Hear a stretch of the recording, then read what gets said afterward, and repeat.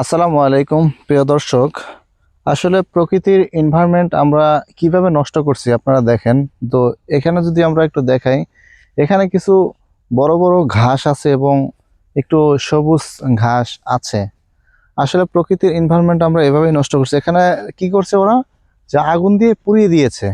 তো এই জন্য আমি আপনাদেরকে বলবো যে আপনার যদি কোনো আগাছা বা কোনো বন জঙ্গল যদি সমস্যা হয়, সেগুলো আমরা এভাবে আগুন দিয়ে যেন আমরা না পুড়িয়ে দেই। কারণ এগুলো আগুন দিয়ে পুড়িয়ে দেওয়া এটা অনেক জঘন্য একটা কাজ। কারণ আমরা অনেক সময় অনেক প্রাণী হতে পারে, ইঁদুর, বিড়াল, কুকুর, অনেক কিছু আমরা আগুন দিয়ে পুড়িয়ে দিই।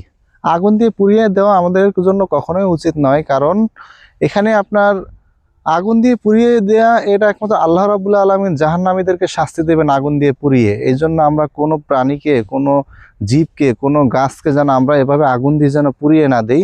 সেটা হতে পারে আপনার মরা হতে পারে, কিন্তু জেতা কোনো গাছকে এভাবে যেন আমরা আগুন দিয়ে পুড়িয়ে না দিই। আপনারা মরা লার্কি বা এগুলো আপনারা দিতে পারেন, আপনাদের কাজের ক্ষেত্রে কোনো সমস্যা নাই। কিন্তু এভাবে রাস্তার সাইডে এরকম জেতা গাছগুলোকে আগুন দিয়ে পুড়িয়ে দিয়েছে, এই ব্যাপারটা আসলে কখনোই আমাদের জন্য কাম্য নয়।